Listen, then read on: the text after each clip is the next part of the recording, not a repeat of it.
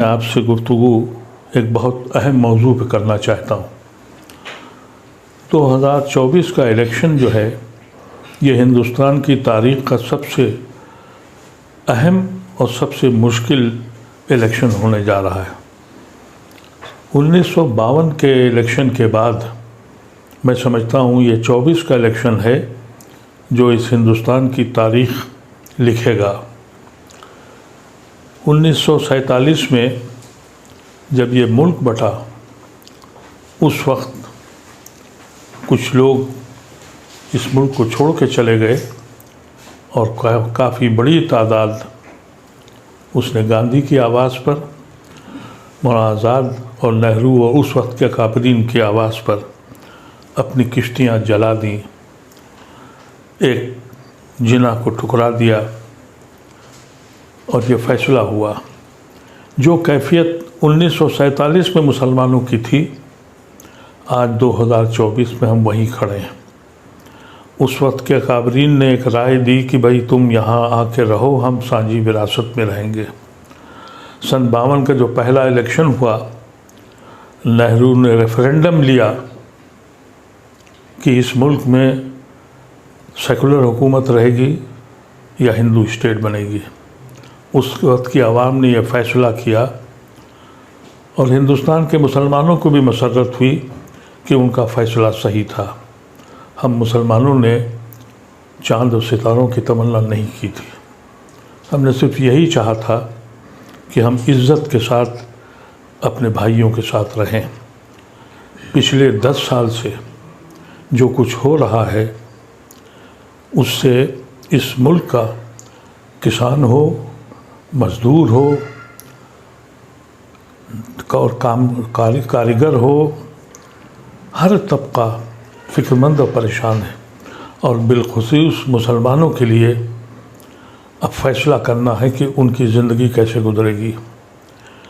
आपको इसमें एक हक़ाइक़ बताना चाहता हूँ, हमारी बर्बादी के बायस में हम खुद शरीक हैं। अगर आप हिंदुस्तान के तज़किया करिए तो 84 पार्लियामेंट्री सीटें ऐसी हैं जहां मुसलमान जिता सकता है या हरा सकता है, उसमें से 72 सीटें बीजेपी के पास हैं। 80% स्ट्राइक रेट बीजेपी का मुस्लिम कॉन्स्टिट्यूंसीज़ में है। किसको इल्ज़ाम दें, कभी सोचा है आपने? उसके बाद दूसरी स्ट्राइक रेट बीजेपी की उन स्टेट सीटों पर है जो रिज़र्व सीटें हैं। तो आज भी एक तबका है गैर मुस्लिमों का जो आपके साथ खड़ा है। ये जो गठबंधन हुआ उसकी वजह से हमारे पास सिर्फ 2 ऑप्शन रह गए। एक ऑप्शन ये है कि अगर हमें इस मुल्क को बचाना है और इस मुल्क से हमारा ताल्लुक़ यहाँ के आइन और संविधान से है, एक तबका खड़ा हुआ है कि हम संविधान बना बचाएंगे और दूसरा तबका ये कहता है कि हम संविधान बदलेंगे। इसमें हमारा क्या रोल है, इसको सोचने की ज़रूरत है। आजकल तरह तरीक़े की चीज़ें आ रही हैं।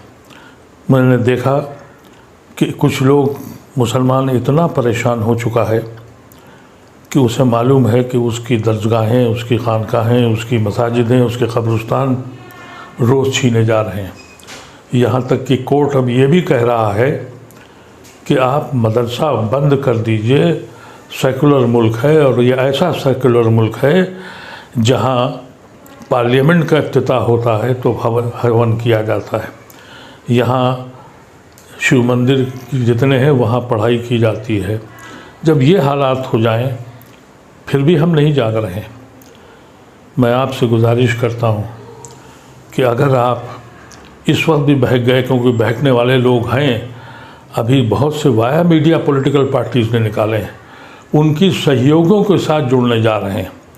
कहते हैं कि ये फला सहयोगी जो है उसके साथ हम जा रहे हैं, यानी मुस्लिम वोट को बांटने जा रहे हैं। ये बात कब आपकी समझ में आएगी कि वो इलाके जहां आप जिता सकते हैं और हरा सकते हैं। और 4 जून को इस मुल्क का फ़ैसला होगा और आपके मुस्तकबिल का फ़ैसला होगा। मैं आपसे मुतब्बिनाना ख्वाहिश करता हूँ, सोचना शुरू कीजिए।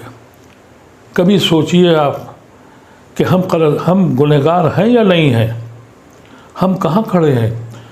कभी हम इनके भाइयों की हैसियत से हिंदुस्तान में रहते थे, आज उसी दर पे गुनहगारों की तरह बैठे हैं। सुबह और शाम हमको ये बताना पड़ता है कि हम देशभक्त हैं, देशद्रोही नहीं हैं। इतना सब होने के बाद भी मुसलमान सोच नहीं पा रहा है। और कुछ लोग हैं जो कहते हैं कि हम पासबंदा हैं और फलाना अशराफ है। जाके देखिए उन अशराफ की कोठियों को और उनकी हवेलियों को जो जिन खंडरात में अब कबूतर के बसेरे हो रहे हैं। ये कभी देखा आपने? हुकूकत यह है कि पूरी मुस्लिम कौम पासमानदा है। अल्लाह तबारक व तआला मेरी ज़बान में इतना असर दे कि आपको दिलों में फैला सके। मेरे पास वो ज़बान नहीं है, मेरे पास वो कलम नहीं है जो आपको सोचने के लिए मजबूर करे।